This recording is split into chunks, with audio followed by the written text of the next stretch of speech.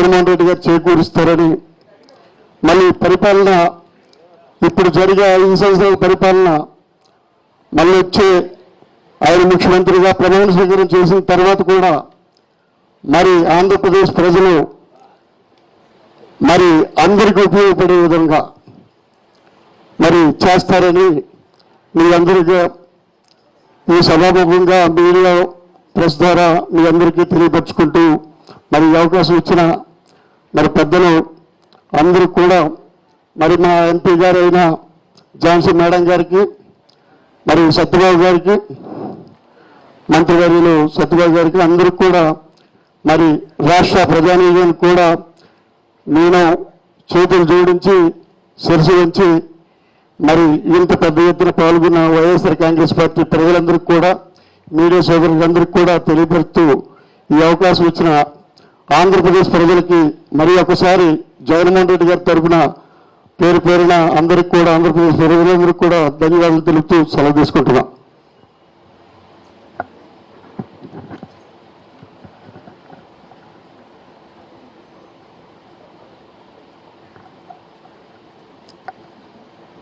అందరికీ నమస్కారం. మా సోదరులందరికీ, ఎలక్ట్రానిక్ మీడియా, ప్రింట్ మీడియా అందరూ ఇక్కడికి వచ్చేసిన సోదరులందరికీ, గౌరవ జిల్లా పార్టీ అధ్యక్షులు కోళ్ళ గురువులు గారికి, గౌరవ మంత్రివర్యులు బొత్స సత్యనారాయణ గారికి, అలాగే మరి ఈరోజు గత 35 రోజుల నుంచి జరిగిన ఎన్నికల ప్రచారంలోని, అలాగే నిన్న జరిగిన సార్వత్రిక ఎన్నికల పోలింగ్లోని ప్రశాంతంగా మన విశాఖపట్నం పోలింగ్ ముందు జరిగినందుకు అందరూ కూడా దాన్ని సద్వినియోగం చేసుకోవడానికి ఇచ్చేసినందుకు మరి పేరు పేరున దీంట్లో పాలు పంచుకున్న ప్రతి ఒక్కరికి కూడా హృదయపూర్వకంగా ముందుగా వారందరికీ నమస్కారాలు తెలియజేసుకుంటూ, ముందుగా మరి నిన్న ప్రతి పోలింగ్ బూత్కి కూడా వెళ్ళటం జరిగింది. వెళ్ళినప్పుడు ఎక్కడ చూసినా మహిళలు ఎక్కువగా బార్లు ఉండటం, ఓటు వేయాలని ఉదయం 7 గంటల నుంచి వారు వచ్చి ఉండడం, ఓటర్లలో మహిళల్లో చైతన్యం రావటం, ఈ విధంగా ఎన్నికలు ఖచ్చితంగా ఓటు వినియోగించుకోవాలి, ఆ ఓటును కూడా ఈరోజు నాకైతే ఖచ్చితంగా ఈరోజు మహిళా పక్షపాతిగా ప్రతి ఒక్క కార్యక్రమం చేస్తున్న పెద్దలు, మా పార్టీ నాయకులు జగన్మోహన్ రెడ్డి గారు పెట్టిన ప్రతి సంక్షేమ కార్యక్రమాలు, అభివృద్ధి కార్యక్రమాలు స్పష్టంగా ఈవేళ మళ్ళీ వారిని తెచ్చుకోవాలనే ఆలోచనతో మహిళలు కనబడడం జరిగింది. నాకైతే ఫ్యాన్ గాలి వీస్తుంది అనేది ఫీలింగ్ అయితే నేనైతే ఫీల్ అవుతున్నాను. మహిళలకు ఖచ్చితంగా ఈరోజు జగన్మోహన్ రెడ్డి గారికి తిరిగి మద్దతు ఇస్తారు, మళ్ళీ తీసుకొస్తారన్న వారి ఆతృత అనేది వారి వాటిలో కనబడడం గమనించాను. మరి ఈరోజు ఎన్నికల పోలింగ్ కూడా నిన్న ఈ నైట్ అయిన దాన్ని బట్టి ఎంపీ పార్లమెంట్ కాన్స్టిట్యున్సీ వరకు సుమారు 65.5% వరకు ఎన్నికలలో పోలింగ్ జరిగిందనేది మరి రావటం, మరి గత సరళ కంటే కాస్త ఎక్కువ అని కూడా భావించడం జరుగుతూ ఉంది. గత జరిగిన దానికంటే ఈసారి ఎక్కువ మంది పాల్గొన్నారు అని చెప్పని, ఇవన్నీ శుభపరిణామం. ఎక్కువ మంది పాల్గొనడం అనేది, ఓటు హక్కు వినియోగించుకోవడం అనేది, అంటే వాళ్ళు ఇచ్చిన ఓటుతోనే వాళ్ళు ఎవరైతే డిసైడ్ చేయాలనుకున్నా ఆ ఓటుతోనే ఈరోజు ఈ ప్రాంతం డెవలప్మెంటు ఖచ్చితంగా ఉంటుంది. కాబట్టి అట్లా పాలు పంచుకొని నేను కూడా భాగస్వామ్యాలను చైతన్యం రావడం దాన్ని శుభపరిణామంగా భావిస్తున్నాను.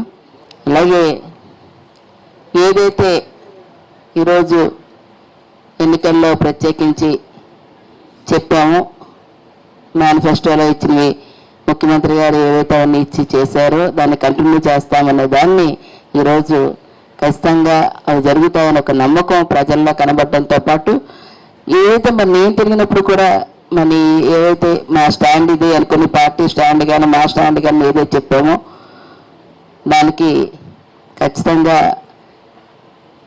ప్రజలు అవకాశం ఇస్తారని భావిస్తున్నాను. ఖచ్చితంగా వాటికి నిలబడతామని కూడా ఆ స్టాండ్స్కి నిలబడతాను కూడా తెలియజేస్తున్నాను.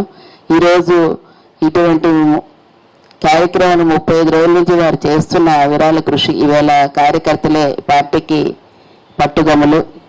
వారు ఇందులో పాలు పంచుకున్న పేరున పార్టీ పెద్దలందరికీ, అలాగే నాయకులకు, అలాగే ముఖ్యంగా కార్యకర్తలందరికీ కూడాను మీ ద్వారా పేరున మరి ఈ కార్యక్రమం విజయవంతంగా ఎన్నికల్లో పోలింగ్ వరకు కూడా వారు కృషి చేసినందుకు వారందరికీ కూడాను మరి మా మీడియా సోదరులు, పత్రికా సోదరులు కూడా చైతన్యవంతం చేసి తీసుకొచ్చారు. మీకు కూడా ప్రత్యేకంగా హృదయపూర్వకంగా ధన్యవాదాలు తెలియజేసుకుంటున్నాను.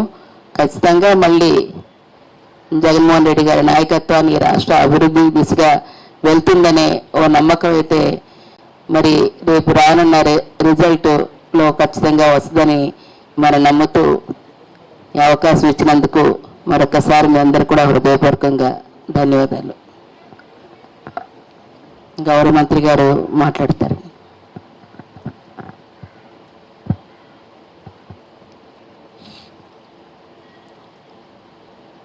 నిన్న ఎన్నికలో పోలింగ్ జరిగింది. రాష్ట్రమంతటా కూడా ఈ వేసవిలో ఏదైతే కోరుకుంటామో అదే రీతిలో ఫ్యాన్ గాలి బ్రహ్మాండంగా వేసిందన్న. ఈ ప్రాంతం ఆ ప్రాంతం, ఇక్కడ అక్కడ అని కాకుండా మొత్తం అటు రాయలసీమ, ఇటు కోస్తా, ఇటు ఉత్తరాంధ్ర, అన్ని ప్రాంతాల్లో కూడా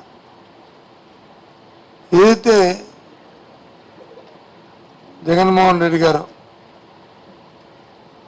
సంక్షేమ అభివృద్ధి రెండు కార్యక్రమాలు చేశారో అని మా ఉందో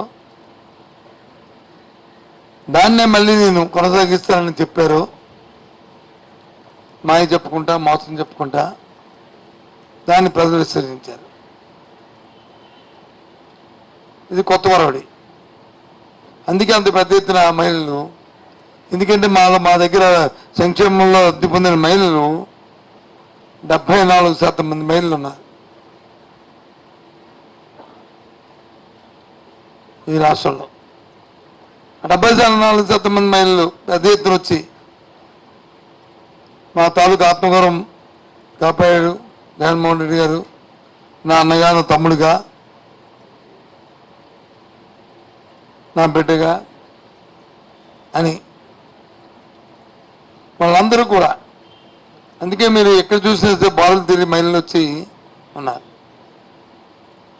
దాంతోపాటు వృద్ధులు, మాకు ఇంట్లో గౌరవం పెరిగింది, ఊర్లో గౌరవం పెరిగింది, మమ్మల్ని వచ్చి చేతిచ్చి ఆదుకున్నాడు. ఈయన 1వ తరగతి పెన్షన్ అనేది ఆశామాసి ఎప్పుడు మీ జీవితంలో చూడలేదు. పేదరికమైన మా తెలియకంట ఈయన జగన్మోహన్ రెడ్డి ఆదుకున్నాడు, దాన్ని మరిపించాడు. ఈ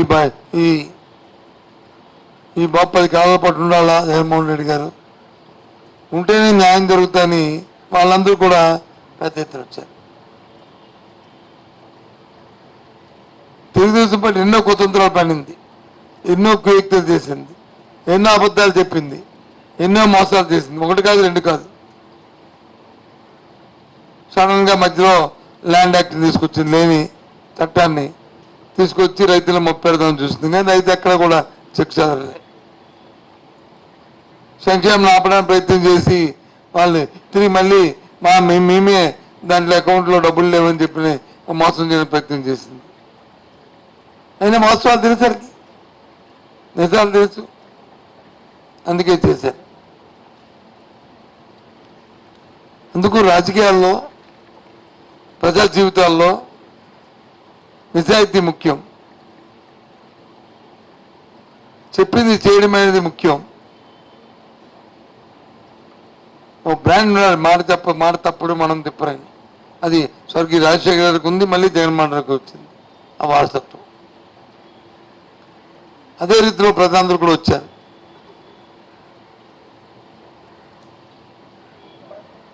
తప్పకుండా ఏదైతే నిన్న ఇంత పెద్ద ఎత్తున వచ్చి ప్రభుత్వం 4వ తారీఖున జూన్ 4ని ఎక్కింపవుద్ది. ఆ డేట్ కూడా ఇంకా రేపు రెండో అనౌన్స్ చేస్తాం. ఇక్కడికే జగన్మోహన్ రెడ్డి వస్తారు, ఇక్కడే ప్రమాణ స్వీకారం చేస్తారు విశాఖపట్నంలోనే. కన్నుల పండుగ ఏదైతే ఆకాంక్షలు ఉన్నాయో ఆకాంక్షలన్నీ నెరవేర్చడమే కాకుండా ఏవైతే ప్రభుత్వంలో రిఫార్మ్స్ ఉన్నాయో దాన్ని కొనసాగిస్తూ అటు విద్యలో కానీ వైద్యంలో కానీ దాంతోపాటు అభివృద్ధి కార్యక్రమాలు ముఖ్యంగా విశాఖ విజన్ ఏదైతే ఉందో విజన్ అచీవ్ చేస్తూ ఉద్యోగ అవకాశాలు ఇస్తూ జూన్ 4 నుంచి ఆ ప్రక్రియ ప్రారంభమవుతుంది. ముఖ్యంగా ఇందులో పాల్గొన్న ఈ ఎన్నికల్లో ఎన్నో ఒడిదుడుకులు పాల్గొని ఎన్నో ఇబ్బందులకు ఓర్చి ఎన్నో మాయ మాటలకి లొంగకుండా ప్రలాభాల్లో లొంగకుండా ఉన్న మా పార్టీ కార్యకర్తలు, మా నాయకులు, అలాగే ఓటర్ సోదరులు సోదరిమణులు అందరికీ కూడా వ్యక్తిగతంగా పార్టీ పరంగా నేను కృతజ్ఞతలు తెలియజేస్తున్నా. ఎందుకంటే ఇది బాగా సంగ్రామం. ఎన్ని కుయుక్తులు పన్నాలో దానిలో అన్ని కుయుక్తులు అన్ని ఏదో చెప్తాం కదా, సామధానం బాధ దండోపాయం అన్ని ఉపయోగించారు. ఒకటి కాదు, రెండు కాదు. ఆఖరికి స్వయాన్న నేను పార్టీకి రాజీనామా చేస్తున్నట్టు లేఖను కూడా సృష్టించింది. ఎంత దౌర్భాగ్యం, ఎంత దిగజాడుతనమో దీన్ని బట్టి తెలుస్తుంది. లేఖ బట్టి తెలుస్తుంది ఏ స్థాయికి తెలుగుదేశం పార్టీ కూటమి దిగజారింది అనడానికి ఇది పరాకాష్ట.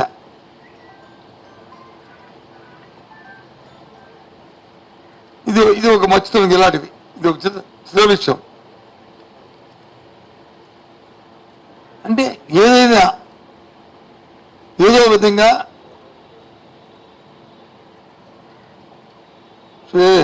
వాళ్ళకి వచ్చిన కొత్తంతో క్షుద్ర రాజకీయాలు చేసి బయటపడాలని ఏం పెడతారు? తెలుగుదేశం పార్టీకి చంద్రబాబుకి ఉన్న చరిత్ర ఈ రాష్ట్ర ప్రజానికి అందరికీ తెలుసు. మాయా, మోసం, దగ. అలాగే రాజశేఖర రెడ్డి గారికి, జగన్మోహన్ రెడ్డికి తెలుసు. ఏదైనా చెప్తుంది చేస్తారు, చేసింది చెప్తారు. రైతు పెట్టేవాడిగా ఉండాలి కానీ చేయి పట్టేవాడిగా ఉండకూడదు, చేయి పెట్టేవాడిగా ఉండాలని నానుడిని విశ్లేషిస్తారు. పేదవాడు కానీ ఉన్నాడంటే వారికి చేయూత ఇవ్వాలి. పేదవాడిగా ఉండకూడదు. రైతు కూలీగా ఉండకూడదు. వాళ్ళు డాక్టర్, ఇంజనీర్ అవ్వాలి అని నమ్మిన వాళ్ళు. కూలీగా ఉండకంటే కూలి కూడా పెద్దవాడు అవ్వాలి, కార్పొరేట్ అవ్వాలని నమ్మిన వ్యక్తులు వీళ్ళు. ఆ విధంగా నమ్మారు కాబట్టి, ఆ విధమైన మేనిఫెస్టోని ఇచ్చారు కాబట్టి మాయం చెప్పకుండా 5 సంవత్సరాలు మళ్ళీ రిపీట్ చేస్తారని 5 సంవత్సరాలు నా పరిపాలన నమ్మి మీకు మంచి జరిగితేనే నాకు ఆశీర్వాదం కోరిన నాయకుడు ఈ దేశంలో ఎవరు లేరు, జగన్మోహన్ ఒక్కరే. కాబట్టే ఆయన మళ్ళీ ఇంత పెద్ద ఎత్తున ఆయన ఆశీర్వదించిన ఆ తల్లులకి, మహిళామణులకి, సోదరులకి, అన్నలకి, తమ్ములకి అందరికీ కూడా మరొకసారి కృతజ్ఞతలు చెప్తూ, ఇదే విధంగా మా పార్టీ కార్యకర్తలందరూ ఉన్న వాళ్ళందరూ కూడా చాలామంది చెప్పారు, సచివాలయం వ్యవస్థ పెట్టారు, కార్యకర్తలకు విలువ లేకుండా చేశారు అని. సచివాలయం వ్యవస్థ పెట్టింది అవినీతి రూపమాపడానికి.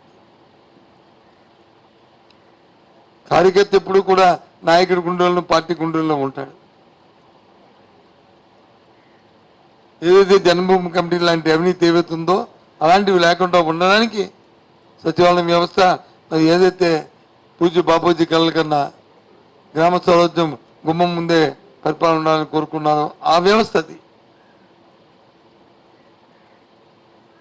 అది బాగా మా కార్యకర్తలు అందరూ కూడా అర్థం చేసుకున్నారు. వాలంటరీ వ్యవస్థ ఎంత దిగ్విజయంగా జరిగిందో మన కరోనా వచ్చినప్పుడు కానీ తర్వాత జరుగుతున్న కార్యక్రమాల్లో కానీ ఏ విధంగా 100% దేశానికి అది కులమానికగా ఒక దిక్సూచిగా ఉన్నదో వాలంటరీ వ్యవస్థ. వాళ్ళందరూ కూడా ఈ రాష్ట్రం సంక్షేమ అభివృద్ధిలో పాల్పంచుకోవడం చాలా సంతోషం. వాళ్ళందరూ కూడా ఏ ప్రాబ్లం లేకుండా ఈ కార్యక్రమాలు చేశారు. ఎన్నో చూసిన ప్రయత్నం చేశారు, దౌర్జన్యాలు చేయడానికి చూశారు. మీ సమయం పాటించాం. మా కార్యకర్తలకు మేము ఇన్ఫార్మ్ చేస్తాం, మేము అందరికీ చెప్పాం. వాళ్ళు స్థానం కోల్పోయారు.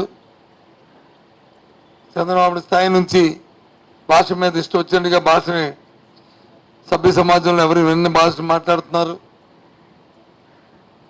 కాబట్టి రేపు నుండి ఇంకా ఉధృతంగా ఉంటాయి వాళ్ళ తాలూకా మాటలు కానీ చేష్టలు కానీ వాళ్ళ చేతలు కానీ. ఎవరు కూడా ఉద్రేకపడద్దు. మన ముందున్న కర్తవ్యం రేపు ఈ రాష్ట్రంలో మళ్ళీ జగన్మోహన్ నాయకత్వంలో అధికారం తీసుకురావాలి. పేద ప్రజలకు మనం చేయూతనివ్వాలి. వాళ్ళ ఆర్థిక పరిస్థితి మెరుగుపరచాలి. అది సమాజంలో సమాజం బాధ్యతది ఒక పౌరుడిగా అని చెప్పామ్మా మా కేడరందరికీ. మా ముఖ్యమంత్రి ఆదేశం అది, మా పార్టీ అధ్యక్షుడు. ఆ ప్రకారం అందరూ కూడా సమన్వయం పాటిస్తూ ఎక్కడ ఏ విధమైన కవింపులు వచ్చినా సరే ఏ ఒక్కరు కూడా అవ్వకుండా సహనంగా ఇంత పర్సెంటేజ్ పోలవడానికి నా కార్యకర్తలను సహకరించిన ప్రతి కార్యకర్తకి మనస్ఫూర్తిగా అభినందనలు తెలియజేస్తున్నాను. మీరు పార్టీ నాయకత్వం గుండెల్లోనూ పార్టీ గుండెలో మీరు అందరూ ఉన్నారు. మీ గౌరవం పెరిగే విధంగా రాబోయే కాలం ఉంటుందనే విషయాన్ని కూడా మీ సదనం తెలియజేస్తూ, అలాగే పాత్రికేయ సోదరులు సరే మన దగ్గర వచ్చి ఎక్కడో దగ్గర గంధాయి మొక్క ఉన్నట్టు ఈ పాత్రికేయ సోదరులు ఒక ఈటీవీ ఒక ఏబిఎన్నో లేకపోతే ఒక టీవీ5 ఉంటే ఉండొచ్చు మేబీ. అయినా మిగతా ఉన్న మీ అందరికీ కూడా సోదరులందరికీ కూడా మీ గతంలో మీరు పాల్పంచుకున్న మీ అందరికీ మీ ఎంకరేజ్మెంట్కి మనస్ఫూర్తిగా మీకు కూడా సోదరులందరికీ కూడా ధన్యవాదాలు తెలుపుతూ సార్ ఒక మాట సార్, ఇప్పుడు టీడీపీ ఏమైనా ఉండి ఆ పార్టీ అనుకూల మీడియా ఏమైనా ఉండి ఉత్తరాంధ్రలో మీకు ఒక్కరికే టార్గెట్ చేసుకున్నారు, కారణం ఏంటని భావిస్తున్నారు మీరు? నాకు ఒక్కరికే టార్గెట్ అని వాళ్ళు ఏం చేస్తారు, ఎవరైతే వాళ్ళకి కొరకగా ఉంటామో లేకపోతే ప్రజలతో ఆధారం ఉంటుందో వాళ్ళు టార్గెట్ చేయడం రాజకీయాల్లో సహజం. ఆ రకంగానే వాళ్ళు టార్గెట్ చేశారు. దానికేముంది, వాళ్ళు టార్గెట్ చేసినంత టార్గెట్ నేను అనుకోను, అది వాళ్ళ చేతకంతనం అనుకుంటాను. దిస్ నాట్ టార్గెట్, అది చేతకంతనం. వచ్చినప్పుడు మనం చెప్పాను కదా భాషని అన్ని ఆ కుటుంబంలోనే పదవులు అని చెప్పారని మాట్లాడి చంద్రబాబు నాయుడు అతను మాట్లాడొచ్చా మాట? గుళ్ళు ఎందుకు మధ్యలో మంచి కదా. ఆ కుటుంబం మేము వచ్చి ప్రతిపక్షంలో మేము నాయకులయ్యాం. రాష్ట్ర అధికారులు లేనప్పుడు మేము వచ్చి ఎదుర్కొని మేము అందరం కూడా, నేనైనా ఝాన్సీ అయినా మా తమ్ముడు అప్పలనాథ్ అయినా లేదు మా మా అప్పలనాయుడు మా ఆయన అందరూ ఉన్నాం. కానీ చంద్రబాబు నాయుడు కాదు కదా, అలా మామూలు ఎన్నిపడిచి అయ్యాడు. వాళ్ళ కొడుకు వచ్చి చంద్రబాబు నాయుడు అధికారం ఉన్నప్పుడు అతను నామినేట్ పదవి తీసుకున్నాడు. తర్వాత అధికారం నేను పోటీ చేసినప్పుడు ఓడిపోయాడు. కొడుకు తోడు వచ్చి అధికారం వాళ్ళు నాన్నగారు అంటే బాబాయ్ అవుతాడు. అతను వచ్చి చంద్రబాబు నాయుడు చంద్రబాబు అధికారం ఉన్నప్పుడు ఇక్కడ ఉన్న భరత్ పోటీ చేసి ఓడిపోయాడు. మరి చంద్రబాబు నాయుడు బావమరిది, ఆయన అధికారం ఉన్నప్పుడు ఆయన ఎమ్మెల్యే అయ్యాడు. మేమెవరం కూడా పార్టీ అధికారం ఉన్నప్పుడు అవ్వలేదే. మరి వాళ్ళ వదిన గారు వచ్చి ఇంకో పార్టీలో ఉన్నారు నాయకత్వం. అంటే 5గురు ఆ కుటుంబంలో ఎక్కువ వాళ్ళ కుటుంబం అది కుటుంబం వాళ్ళ మాది కుటుంబం వాళ్ళ మాకు ఆ పదవులని ఏం మాట్లాడు అంటే ఇవాళ చూస్తే ఇవో రాజీనామా లేక ఇంత దిగజారిపోతే ఎవరైనా దానికి మళ్ళీ నేను పోలీస్ కంప్లైంట్ ఇచ్చుకొని సిపి కంప్లైంట్ చేసి దీని పొరపొరాలు ఎక్కడి నుంచి వచ్చింది ఏంటని అని చేయమని చెప్పడం ఎందుకు పార్టీలో గందరగోళం సృష్టించింది.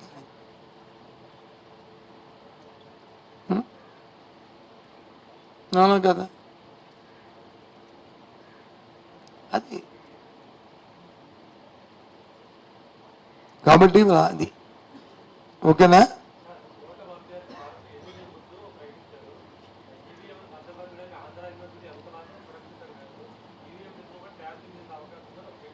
ఏమో అతను ఏమిస్తాను అవగాహన ఉన్న మాట్లాడితే ఈవీఎంలు భద్రపరచడం ఆంధ్ర యూనివర్సిటీయా లేకపోతే ఎన్డి కాలేజీయా లేకపోతే ఇంక రఘు కాలేజీయా ఇంకోటి అనేది కాదు.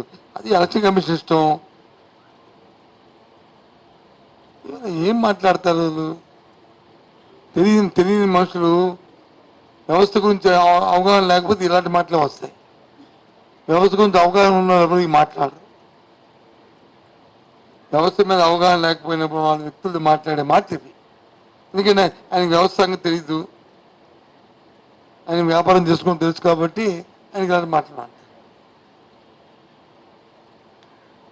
ఎవరు కౌచర్యం ఉంటుందండి? మా కౌచర్యం ఆంధ్ర వాళ్ళ కౌచర్యం ఉంటుంది.